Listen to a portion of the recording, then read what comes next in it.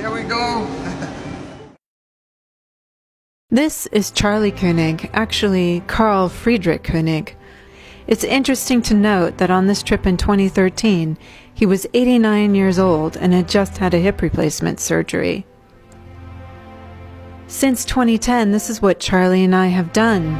Traveled around Europe and the US, visiting battlefields, crash sites, and museums. We've climbed in and around World War II tanks, motor gunboats, and planes, and we've talked to a couple hundred veterans and civilians about what happened to them in the war. Charlie prides himself on being able to climb onto any tank the way its crew would have. He's climbing onto a Grant tank here. He wanted his friend Ken to know, if he was watching from heaven, that Charlie still didn't need to use a ladder. That's me. By the way, I don't mind using a ladder. There's not a lot of footage of me. As usual, I'm behind a camera. But this is about the people inside the tanks in World War II. It's about Charlie and his friends, the ones he fought against in Africa. You see, Charlie fought in Rommel's Afrika Korps. He fought for 6 weeks in a tank before Africa fell to the Allies. His first battle was in March 1943 in Tunisia against the British 8th Army, specifically against the Sherwood Rangers Yeomanry Tank Regiment. After the war, he made friends with these honorable and incredibly brave men against whom he fought. These British tankers who battled through Africa, on to Gold Beach on D-Day, and through the hedgerows of Normandy. They fought at the side of American paratroopers in Nijmegen, and on into Germany to the very bitter end of the war. This is a story about their enduring friendship.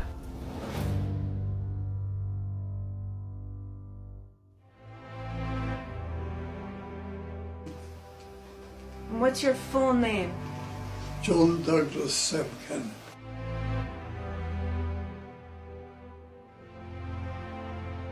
My name? Yes. Albert Jenkins. I used to do a lot of the driving, but I was officially as a gunner. Can you start with your name? Graham Stevenson. I was the lap gunner co-driver, and I was 17 when I was out there, and then I was at the Battle of Alamein, and then right across the desert had a tank shot from under me before I was 18. At the end of the campaign, we came back to England 2 days before my 19th birthday. Very, very few people that started at Alamein saw the end of the war in one piece. You know, Ken Ewing, he was one of the very few, and he was gunner in my crew. That's Ken. He came all the way through. We always said without a scratch. We were shifted from Palestine into a dreadful camp on the edge of the desert, a place called Katapa. And when we got to Katapa, out in the desert, there was hundreds and hundreds of tanks, lorries, guns. I was told to get in a grant. I never knew what a grant was. You had to learn how to drive these damn tanks, and nobody would tell you. We had to, do it by guessing. And so when we went into our first battle, the Battle of Alam Halfar, the result was absolutely disastrous. And then there was Alamein. Well, we started off at Alamein with the General Grant tanks, but as they got knocked out, so they were replaced by Shermans. You see, the trouble is that when a tank went on fire, you had about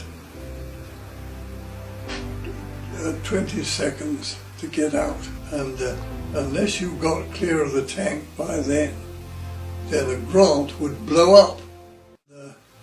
The German tanks didn't blow up, nor did they go on fire anything like so readily.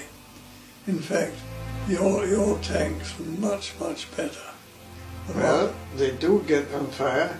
It happened to me after we were shot up penetrating the American lines near Mature at the end of the war, and I saw the flames licking around the driver's legs, but it did burn, and after we had left it and I looked back, I mean after a while, it wasn't there anymore, it had been blown up. Yes. So I mean they do get on fire, but the Sherman would catch fire easily. Yes. Well, it did. The Germans, each one had a way out. Right. But we didn't. And the result was that my driver, poor devil, was burnt to death, and the co-driver died of burns some months later, and the operator was burnt very badly. But I had my hair burnt and my hand burnt, but I was in battle next day. But it was a rough sport, there's no doubt about that.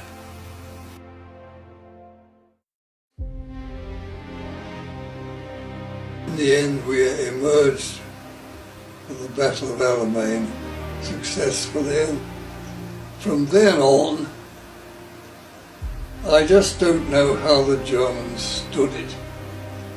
They never let up after the Battle of Stalingrad and of Alamein.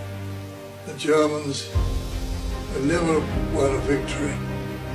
They were just retreating all the time.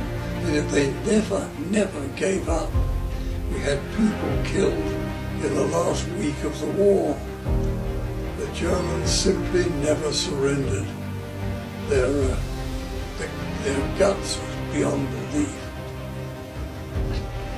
Even when the situation was hopeless, we would never give up. We were ordered not to surrender.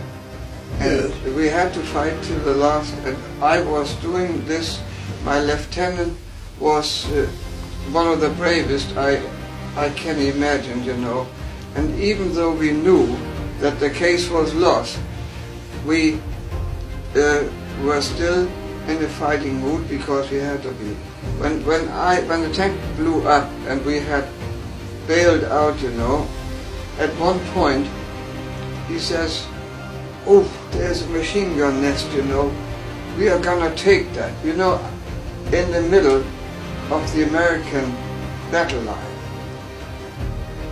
under the fire, the crossfire of the machine guns, under the fire of the last shells the German artillery had, and the last 3 or 4 of our tanks was a small group, battle group. And then he says, although he knows there is no chance, the war will be over for us in at least 2-3 days at best, he says, "Let's take that." And he asks, "How many pistols have we got?"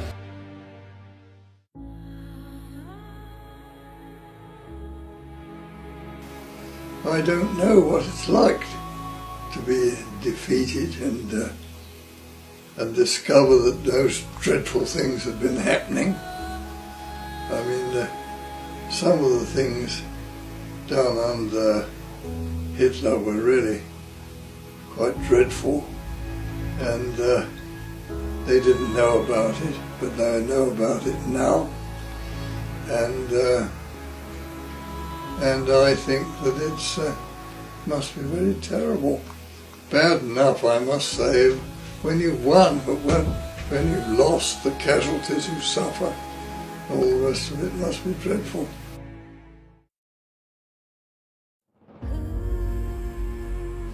And of course you and I did fight, but not to the death, thank goodness. And it's rather wonderful that you used to be sitting there in perfect peace and harmony with me, because after all, I've got no quarrel with you, and you've got no quarrel with me. Oh, these are emblems given to me by my friends. These are the 10th Hussars, Royal Hussars. These are the Sherwoods, my regiment. I say so quite proudly. It is mine.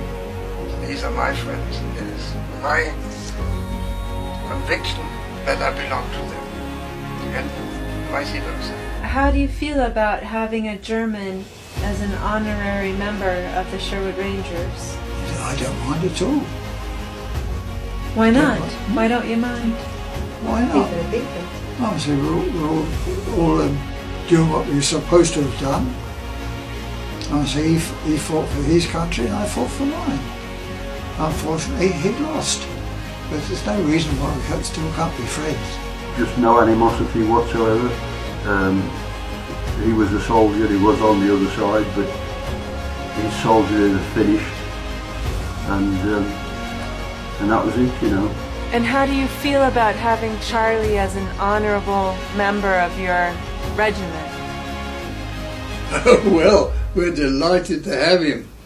He came over to the Tank Museum and met Ken Ewing, and Ken Ewing invited him to some dinner and so on. And he came and made a speech, which we responded to with a standing ovation, and he's been with us ever since. And he came to a lot of the things we did. I don't know what it might have been, the 50th anniversary of D-Day, I don't know. A French television character came up and he said, "Is that chap over there really a German?" And I said, "Yes." And he said, "Well, what's the connection with he's got in your regiment?" And I said, "Well, we used to shoot at him." And then he shrugged his shoulders and gave up. He couldn't understand these British. My connection and my friendship to the Sherwoods, I think I never forgot that. It has been one of the great impressions of my life.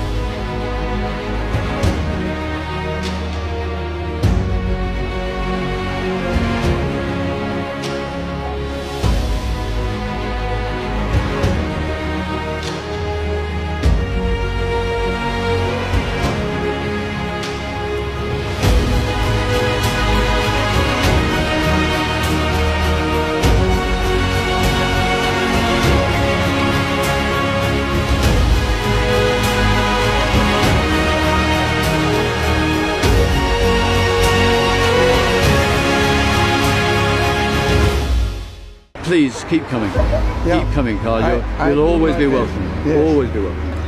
I'm so proud of being a member of your regiment. Well, you are indeed. You are a much loved and much respected member of our regiment. Thank you. No, thank you. Thank you for coming. It's good to see you.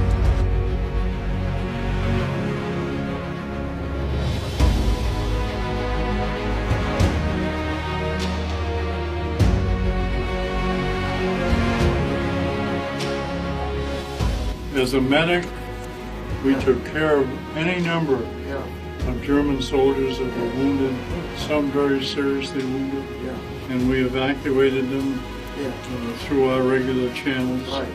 But we always felt, like Tom and I and the rest of us, you guys had to be there like we did. You had to serve your country as we did.